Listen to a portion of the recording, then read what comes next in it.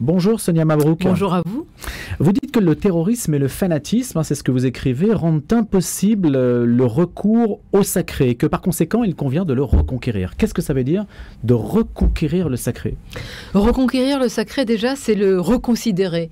Reconsidérer cette notion, cette question déjà sur le plan, j'allais dire, intellectuel, dans le débat public et politique. C'est une notion qui est devenue presque malséante aujourd'hui.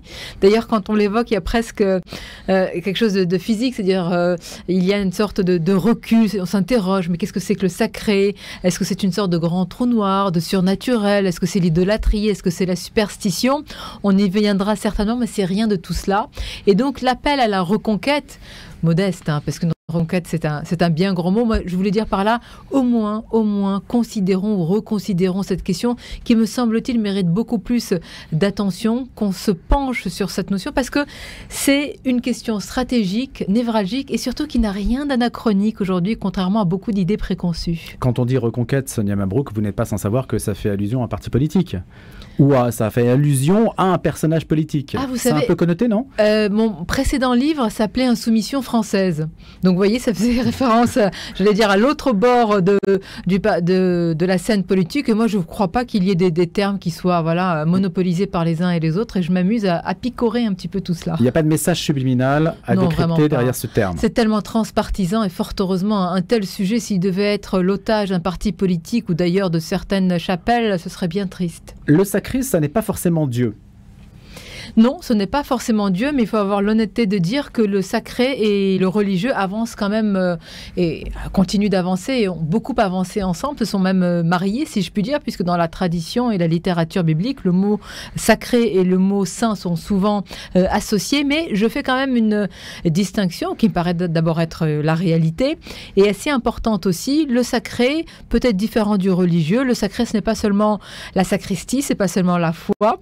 Ça ne veut pas dire que ce n'est pas bien, évidemment, mais ça veut dire qu'il existe un chemin de crête aujourd'hui où on peut penser le sacré en dehors du religieux et que les religions qui ont, vous le reconnaîtrez peut-être, un aspect parfois un peu vorace et boulimique, ont tendance à s'approprier le tout, y compris le sacré, et qu'il pourrait y avoir un chemin différent. Je pense qu'il ne faudrait pas laisser le sacré ou le monopole de l'administration du sacré aux religions. Mais la religion dont vous parlez, c'est la vôtre? Boulimique, non? La mienne, pas seulement. Les religions, alors la mienne, donc je précise pour qu'il y aurait un doute, c'est à la fois ma religion, ma culture et mon éducation qui est musulmane. La mienne a, vous voulez dire, une tendance... C'est un message que vous envoyez aux extrémistes? Oui, aux extrémistes, pas seulement. Vous voulez dire sur le sacré de manière générale, il y a une tendance à la voracité ou à la boulimie de la part de beaucoup de religions. Il est vrai que l'islam, en tout cas pour l'islam politique, qui est pour moi sa dérive, est dans une phase conquérante, et que l'une des réponses, mais vraiment j'en fais pas la panacée, ce serait trop facile de dire le sacré est la solution face aux extrémismes. Mais je pense que c'est l'un des éléments de ce puzzle-là, en tous les cas.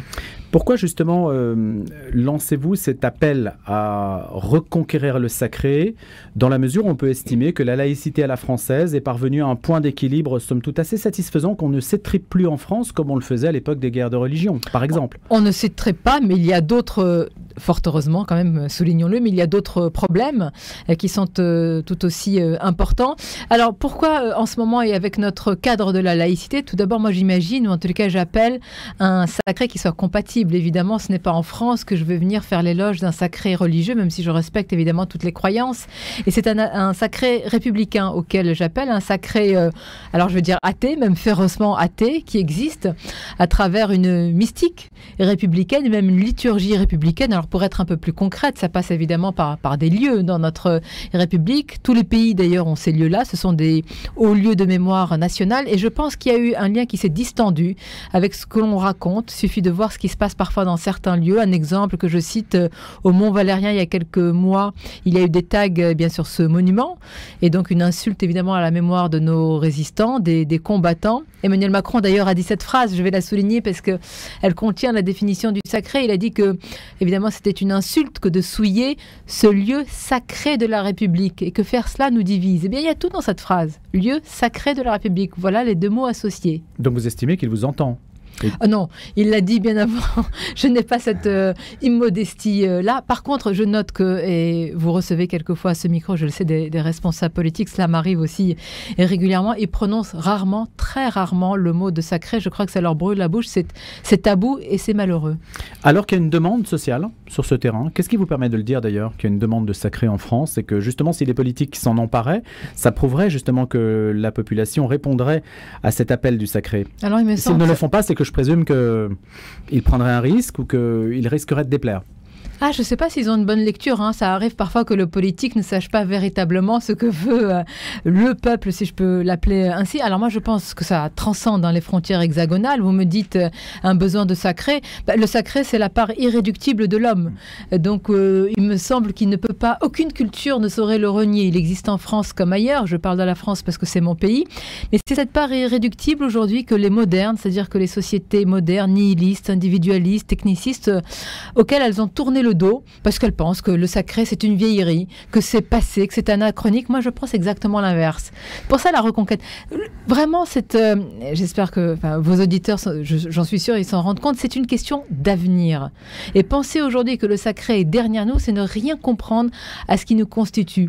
C'est vraiment ce besoin de se raccrocher à ce qui nous précède et à ce qui nous succède et donc à ce qui nous dépasse. Moi j'ai l'habitude de dire que quand vous chassez le sacré par la porte de votre esprit, il revient par la fenêtre de votre cœur. Il n'est pas possible de ne pas y répondre.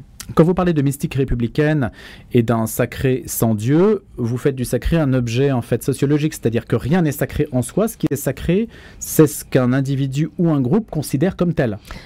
Vous n'hiérarchisez pas l'objet sur lequel la sacralité se pose. Le sacré des uns n'est pas le sacré des autres. Donc ils peuvent cohabiter. Le sacré n'est pas ils peuvent cohabiter, mais avec aussi le risque des chocs des sacralités. Nous avons des exemples, je peux citer, on va parler de la France, mais il y a un exemple qui peut nous venir tout de suite à l'esprit parce qu'on voit presque ce choc des sacralités de manière charnelle et physique. Prends l'exemple de Jérusalem, vous avez dans un espace, vous avez beaucoup de lieux saints qui sont autant de lieux sacrés et c'est un choc de ces sacralités puisque chacun dit « mon sacré est supérieur au tien ». En France, ça se traduit différemment. Nous avons connu récemment des chocs et des attentats islamistes qui sont évidemment très prégnants dont tout le monde se souvient.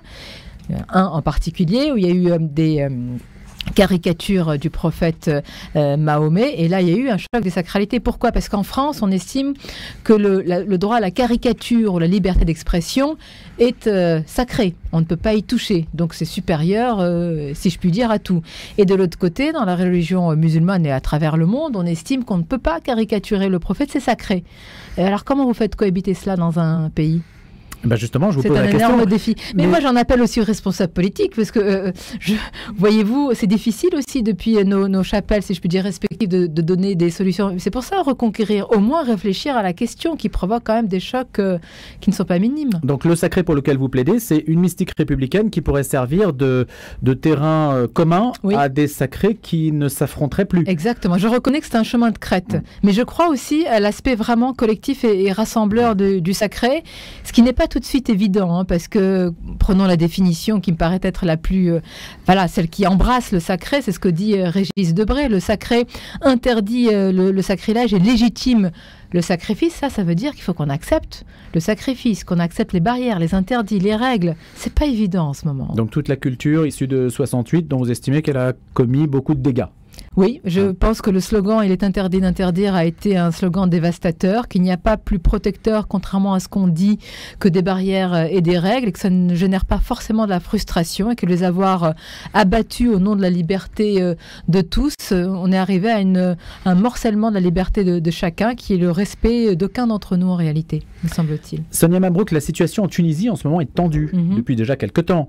Quelle analyse en faites-vous à la fois d'un point de vue politique et religieux? Est-ce qu'il y a une analyse pertinente qu'un regard journalistique français peut faire? Je m'y intéresse, c'est mon pays de naissance, donc j'essaye de lire tout ce qui se dit et tout ce qui se passe. Je reconnais que parfois c'est presque plus compliqué que la situation politique française, et Dieu sait qu'elle est quand même assez tendue.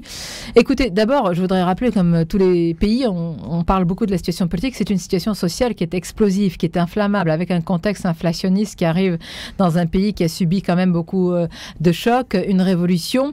Et il est vrai qu'on peut s'interroger aussi sur la politique qui est menée. Elle a suscité beaucoup d'interrogations de la part de l'Union européenne, pas seulement d'ailleurs, aussi des États-Unis. Voilà un président qui a été élu avec, je rappelle, une grande partie des jeunes qui ont beaucoup fait confiance à ce président qui est venu de la sphère société civile, comme on dit, et qui l'a inquiète par ses dernières prises de position, avec quand même des personnes qui ont été embêtées, d'autres qui ont été emprisonnées. Cela, évidemment, je le dénonce, je ne le comprends pas. Maintenant, j'aimerais bien qu'il s'exprime sur une vision et un projet que j'ai du mal à voir. Maintenant, tout n'est pas à jeter. Nous sommes dans un pays extrêmement compliqué. Nous sommes dans un pays post-révolution avec des bouffées tout le temps comme ça, voilà, de demandes qui ne sont pas faciles à respecter. La Tunisie est un protectorat. Oui.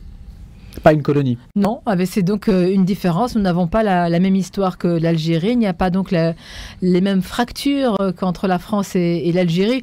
J'ai l'habitude de dire que c'est une relation beaucoup plus, je dirais, pacifiée, une relation beaucoup plus apaisée, même s'il reste toujours des souvenirs. Et moi, je l'ai écrit, je l'ai dit, il y a aussi des aspects lumineux dans le protectorat. Il y a aussi un héritage qu'il faut revendiquer et ne jamais jeter le bébé avec l'eau du bain. Lesquels, par exemple ?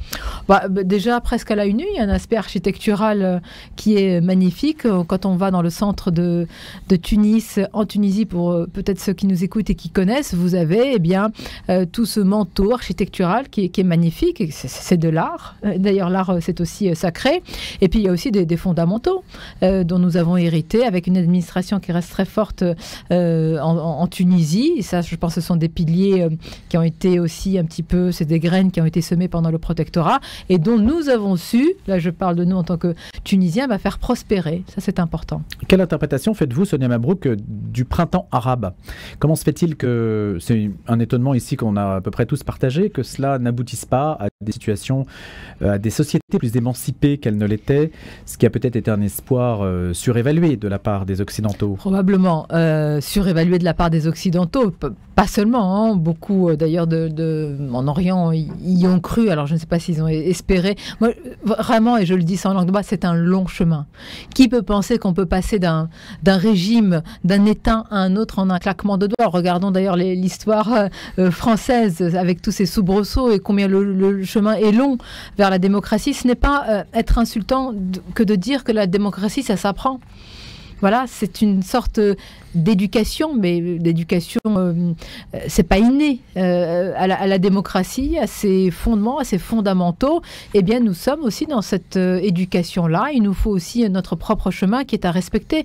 Et alors, il y a ceux qui disent, non mais regardez, le printemps arabe a donné un hiver islamiste, et ceux qui disent, non mais pas du tout, c'est déjà le chemin de la démocratie. Je crois qu'on est vraiment entre les deux, mais qu'il faut donner du temps à cette jeune démocratie tunisienne. Pourquoi l'Algérie, la Tunisie, le Maroc sont-ils des pays rivaux ? Ça c'est vieux comme, j'allais dire, comme le monde, ou en tous les cas comme l'histoire du Maghreb. Oui, rivaux d'abord, parce que alors, entre l'Algérie et le Maroc, on ne va pas faire un cours d'histoire, vos auditeurs le savent mieux que moi, et même sur un plan géographique, il y a évidemment l'histoire du Sahara qui reste un conflit et une cicatrice ouverte. Avec la Tunisie, il y a aussi des conflits contemporains. Il y a les questions migratoires, d'ailleurs, qui ont posé beaucoup de questionnements là récemment avec la prise de parole du président tunisien et des paroles un peu, je peux même enlever un peu de rue sur ce sujet. Je pense que la France aussi, ça se passe pas toujours très bien avec ses voisins européens. Voilà, c'est comme tous les autres pays et nous, c'est le Maghreb.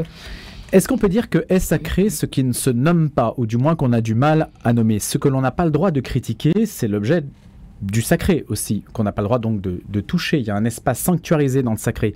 Vous dites, je reviens à la mystique républicaine, donc on peut imaginer que c'est l'école, le drapeau, l'armée, pourquoi pas, la France, si on doit mettre des noms dessus. Est-ce que vous êtes d'ailleurs d'accord avec ce type d'étiquette ? Complètement. Peut-être un exemple précis. Les responsables politiques ont l'habitude de parler de valeurs. Les valeurs républicaines, c'est le triptyque républicain, liberté, égalité, fraternité. Nous y sommes tous très attachés. Le problème, c'est qu'ils l'ont vidé complètement pas uniquement eux, mais enfin en grande partie, de sa substance aujourd'hui. Quand vous dites liberté, égalité, fraternité, malheureusement, je le dis, malheureusement, ça veut dire encore beaucoup de choses, mais ça perd de son sens. Et ce sont des valeurs un peu molles. Le sacré, c'est du dur. C'est-à-dire que si vous sifflez la Marseillaise, c'est un outrage, vous êtes puni, il y a une sanction. Si vous profanez des tombes, évidemment, c'est une profanation, là encore. Et pourquoi tout cela est interdit et normalement durement puni? Parce que c'est du sacré. Et donc le sacré entraîne immédiatement sanction, barrière, interdit. Mais ça entraîne aussi, j'allais dire l'aspect positif et lumineux, respect de soi, de ce qui reste encore dans nos sociétés, et donc respect de l'autre. Le voile, Sonia Mabrouk, est-il un aspect du sacré? Non, il n'y a pas de sacralité autour du voile. Si quelques personnes individuellement peuvent penser que pour elles, le voile est sacré, ça relève, j'allais dire, de l'intime, que l'on peut respecter d'ailleurs. Moi, j'ai souvent dit que je ne suis pas pour l'interdiction. Je l'ai vécu dans mon autre pays, c'est mon pays de naissance en Tunisie, et j'ai vu l'effet inverse. C'est-à-dire que quand il y a eu cette période d'interdiction, eh bien, le voile a ressurgi véritablement comme si on avait couvert finalement quelque chose qui était en train de bouillir et que ça a donné l'effet inverse.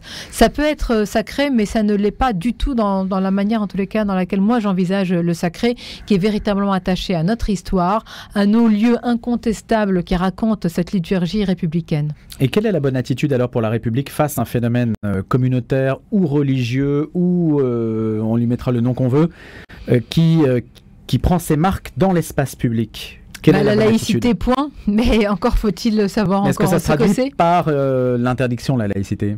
L'interdiction de la laïcité? Non, l'interdiction du voile dans un espace laïque. Est-ce que, par exemple, les solutions telles que les polémiques qu'il y a eu sur le burkini, par exemple, tous les vêtements attachés en fait à la pratique culturelle ou religieuse de l'islam, je ne sais pas comment on mettra les choses, quelle est la bonne attitude à avoir? On a le sentiment que l'État ne sait pas très bien comment s'y prendre. Non, il ne sait pas. C'est souvent à géométrie variable. Souvent, puisque vous parlez du burkini, ce sont des arrêtés parfois qui donnent lieu à des situations ubuesques.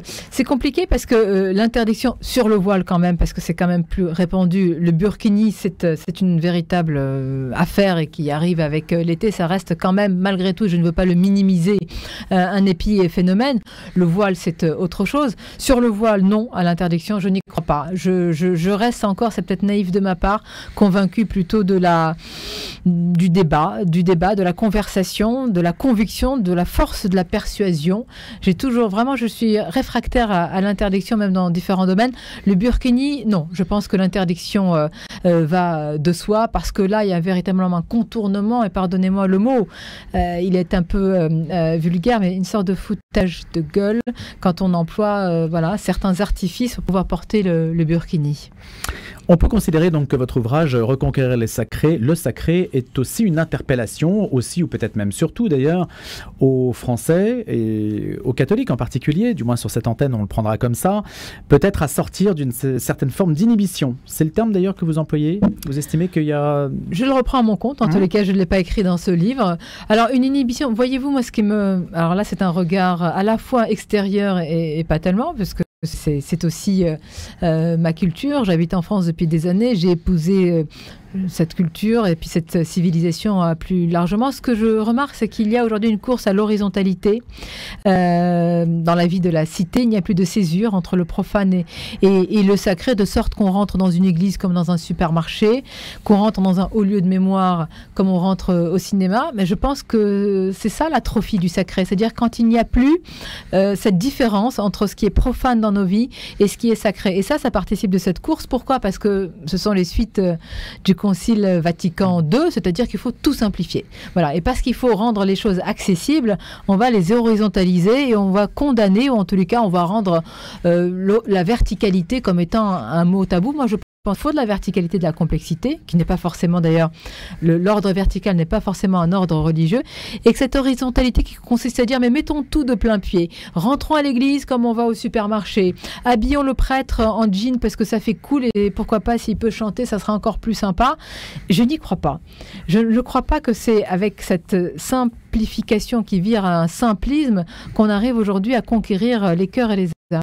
Pourquoi parlez-vous de basculement civilisationnel à propos de l'incendie de Notre-Dame de Paris? Je l'ai ressenti ainsi. Je me suis permis sur ce sujet qui nous a tous touchés bien au-delà des frontières hexagonales, de par quelque chose que j'ai ressenti intimement, c'est-à-dire qu'en voyant ce feu qui est en train de dévorer plus qu'une cathédrale, je veux dire, c'est plus qu'une cathédrale, c'est presque un miroir de nous tous. Et ben, j'ai vu consumer une sorte un peu de notre histoire, un peu de notre civilisation. J'y ai vu, je sais que parfois c'est moqué de dire un signe, mais je pense que les signes doivent être interprétés, style aussi tragique que cet incendie. Et j'y ai vu le miroir un petit peu de ce que nous sommes en train de vivre, c'est-à-dire cette course à l'horizontalité, cet abandon, cette atrophie. Et puis voilà, c'est peut-être aussi parfois ces signaux-là qu'il faut voir pour se réveiller. Et pourtant, elle va être restaurée à l'identique. Oui. Et pourtant, on a de grandes attentes sur... C'est la preuve... sur la le sursaut est possible. Et le sursaut est possible. Et on met beaucoup d'argent dedans. On met beaucoup d'argent. Il y a surtout de la volonté, je pense. Récemment, le président de la République a comparé les chantiers à mener pour la France au chantier de Notre-Dame. N'oublions pas aussi que le chef de chantier, le général Jean-Louis Georgelin, avec la carrière pas seulement militaire qu'il a eu, c'est quelqu'un qui est extrêmement cultivé et qui a à cœur la France et bien au-delà. Comment choisissez-vous vos invités, Sonia Mabrouk? C'est une question qu'on doit vous poser. Et est-ce que justement, cette réflexion qui vous anime, vous arrivez à l'adapter dans un contexte de médias mainstream? C'est compliqué, ce sont des sujets qu'il est difficile de porter, parce que nous sommes dans un agenda politique qui est très contraint, nous sommes dans un moment d'effervescence sociale, et je le comprends parfaitement, où des questions, j'allais dire, plus immédiates, comme l'inflation ou la réforme des retraites, animent évidemment les Français, mais j'insiste, le sacré est une question fondamentale, elle rejoint en réalité la grande question que tant d'autres ont posée, évidemment, et c'est celle de Saint-Exupéry. Que faut-il dire aux hommes? C'est ce qu'il écrit dans sa lettre au général X. Et moi, j'ai l'impression qu'à travers toute son œuvre, au-delà de cette question, c'est en fait...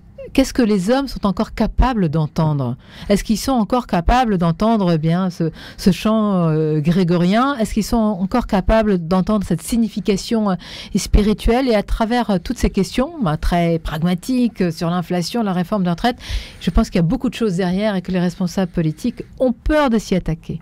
Il manque de profondeur, les politiques, vous arrivez quand même à les emmener sur un terrain parfois un peu autre que la superficialité des rapports de force? Je ne devrais pas être caricatural et dire que voilà, mais je comprends que les responsables politiques soient contraints, je vais le dire comme ça, pour ne pas fâcher ceux que je reçois aussi le matin au micro d'Europe 1. Merci beaucoup d'avoir été notre invité autour de votre ouvrage Reconquérir le sacré. Merci Sonia Mabrouk. Merci à vous.